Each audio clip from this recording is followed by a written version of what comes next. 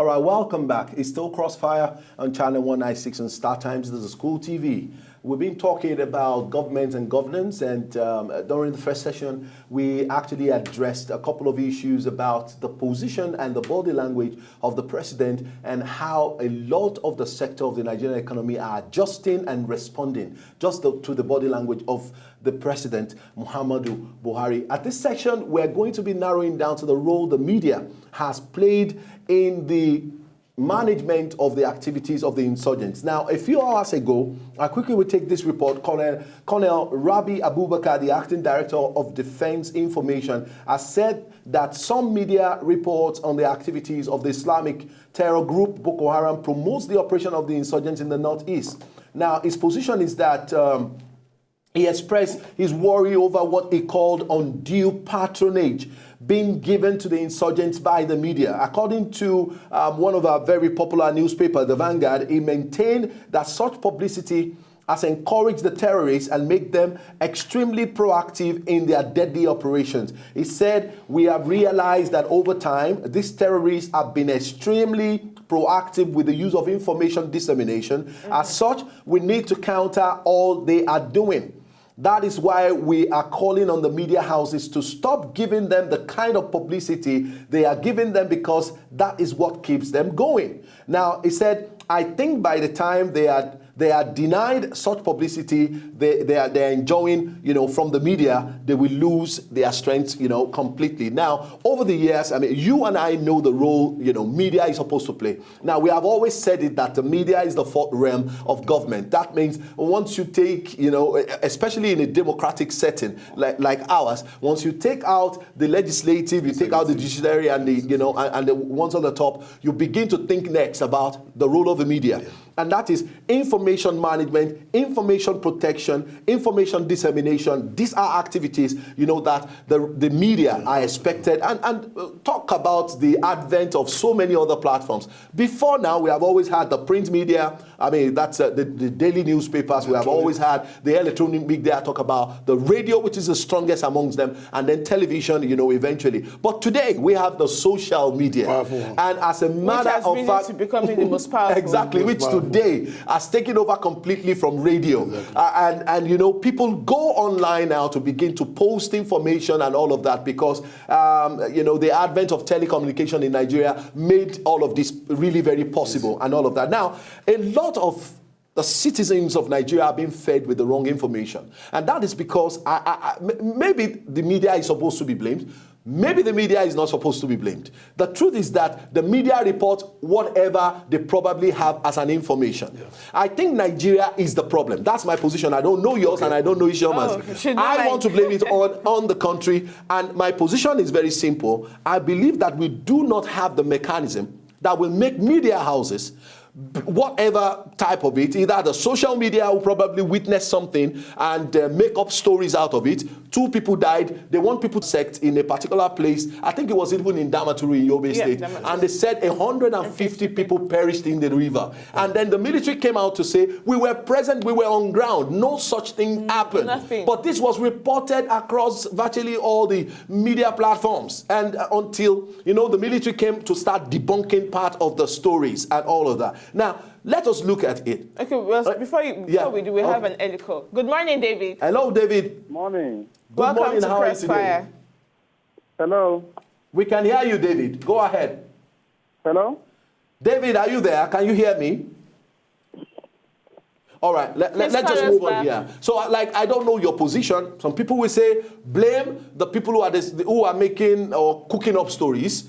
Some people will say, blame the media because they do not do investigative journalism anymore. They just pick reports from wherever or whatever quarter is available, and then because they need to say something to the people, they just announce it without verifying it and all of that. So, where is the problem coming from? I keep saying, I will blame it on the current, how will I put it? On the current platform that is available, that a lot of people are encroaching on to report stories. Well, I still believe that whether we like it or not, in Nigeria, a lot of things is even lacking. If an incident happens, I believe the first point that I need to brief the people is the people that are in charge. Very true. You don't allow people to go to town with their own part of story. Like what the man has been doing, the spokesperson for the military now. Even the way they have been dealing with the Boko Haram, he has been giving updates and which have been encouraging. Even the last attack against the chief of army staff, I was shocked. It gave out, such issues would not come out because it's an embarrassment to the military. But the man came out and said the man survived it. We lost some soldiers, we captured some Boko Haram, we killed some of them. If this continue, I believe the issue of, rumor will come up. I have a lot of friends all over, and they will tell me something like this happened in Kaduna. In the days, in our last dispensation, you will not hear news from some, I don't want to mention any media house now. You will not hear news from them against any government. But some there are some people that will tell you the reality on the ground.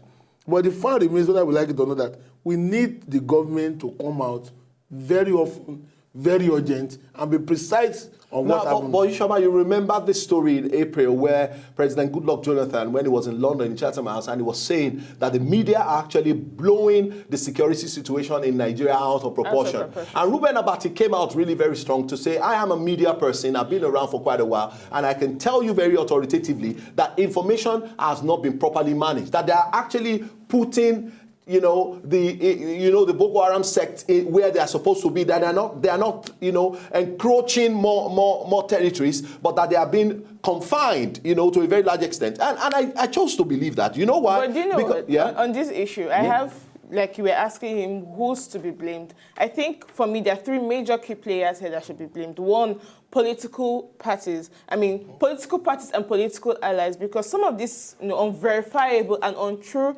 information which we've had all over the media have been used or have been sabotaged for political purpose. Also, I can also blame some of the media houses we have today. Mainly because of the strong competition, they want to outsell or outbid the others. So they're ready to publish cock and bull stories just because look at newspaper captions, for example. Ridiculous captions that ordinarily shouldn't be put on the front page of a newspaper. But then they do that. Why? Because when you see that in traffic, look at this story, I want to buy. Then also look at the Nigerian structure. Like you said, the Nigerian government also. Ordinarily, for me though, I believe the way forward on all of this is there should be a ban.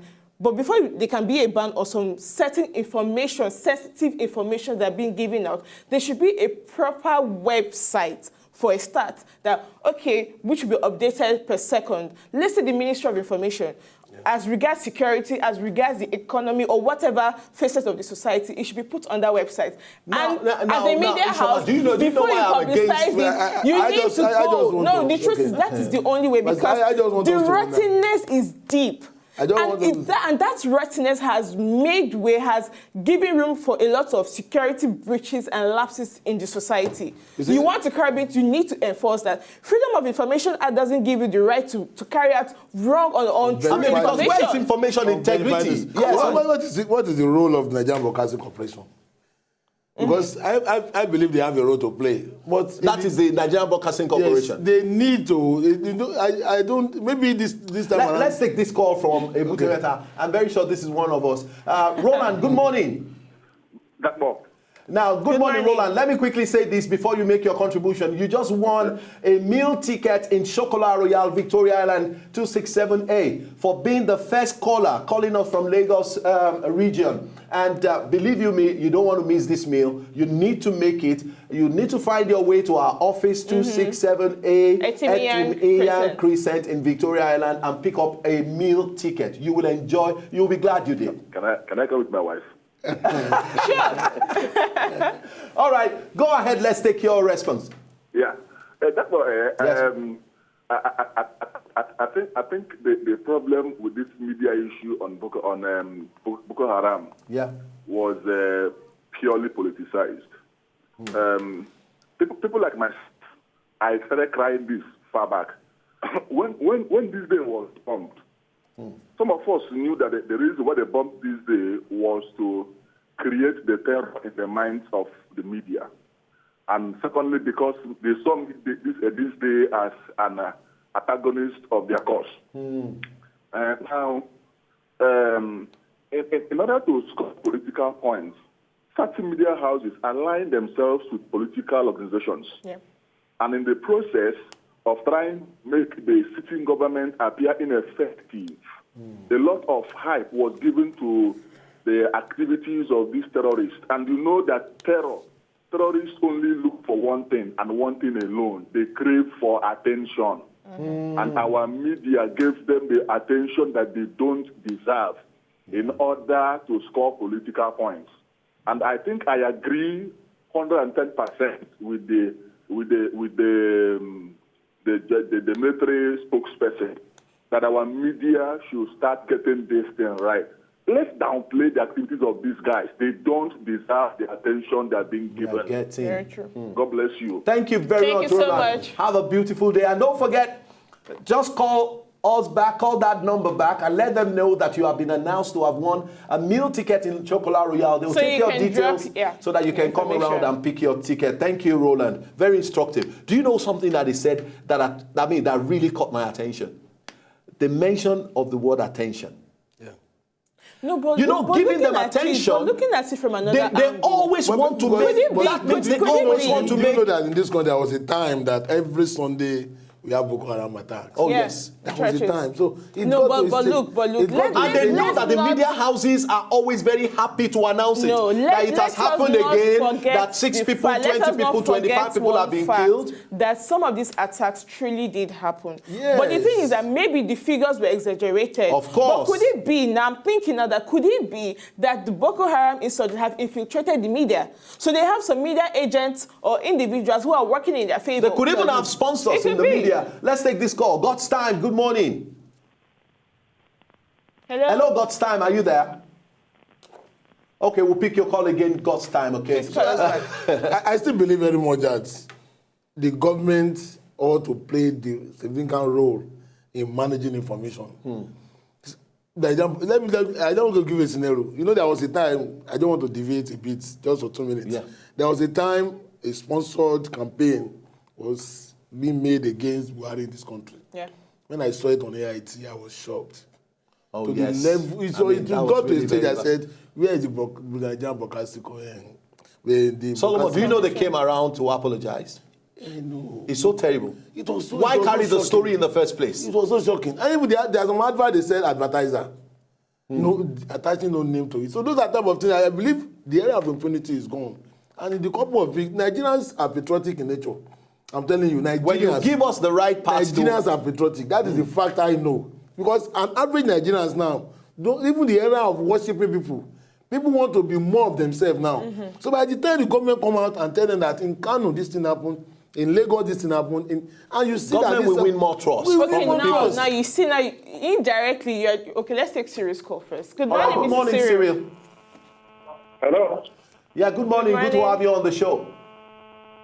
Yeah, good morning. Welcome to CROSSFIRE. Yeah, thank you. Just a few quick comments. All right, sir. First, my power supply in Eagle Islands, where I live, has not changed. As I speak to you, I'm running on generators, and this has been the situation since about December last year. So I see a lot of hype that people hype. I mean, it's a party picture. It's a party picture, and we need to factor these things in. It is not everywhere these things are happening. That is one. Two, we're talking about the media. A big headline came up some time ago. $1 billion received from Chinese Exim Bank. 600 million diverted. Yes. Okay? 400 million diverted, sir. No, it was 6 that was reported. Depends on the media house that gave it. Well, 6 or 4. But the issue is, this was given so much publicity. And at the end of the day, the finance minister came, and I believe all of us who listened to what was put out, it was clear that there wasn't any iota of truth in that. But somebody generated it somewhere to put some other person in very bad light. I find a lot of these things. Additional, there part 2 have had to put out a rebuttal to what Governor Shomole had been saying about his ministry. And we see a lot of these things. And when you listen to a number of the stations, when these reports come, they do not receive the same publicity that the wrong information receives. So what am I saying? You see, there is, as human beings, there is an innate bias in us. When we have pitched our tent somewhere, and there is a tendency to be very lenient towards that. And that is very true of the media, irrespective of the government that is there. Okay. All right. So the challenge we have is for people to be able to look at the issue of information dissemination from a point of integrity, so that you can report them the way they are. Thank you so much. Finally. Make it quick, sir. When Buhari refinery came into operation, what was the capacity? I was old enough to know that. When Kaduna came into being, what was the capacity? Yeah. So these are things there should be a bit more balance in the media. There shouldn't be this issue of I pitch my tent here and then you go verify any of that thing that is contrary to that. Thank you. That's right. Thank you very much, Real, for your very insightful contribution. Let me just say this. And when the issue of... I'll give you just 45 seconds. Yes, when the issue of Ngozi, the former Minister of Finance, came up, on the issue of withdrawal, you know, when the thing came up, it was the same Oshomole that raised it. And he alleged that the commissioners of finance assembled somewhere and approved. They came, they denied it. He said it was the president that said he should make that. So a lot of things, he said that here or there. Nigerians want to, any news that is good now about corruption. Everybody wants to believe it. Like in Lagos, anywhere that you say that our money is hidden, we want to go and verify whether it's there or not. All right, let's quickly go on a short break now. When we come back, we still have Solomon Gbinigie in the studio, and myself, Ani Shoma, will still be here, still talking about the role of the media in information management. We'll be right back.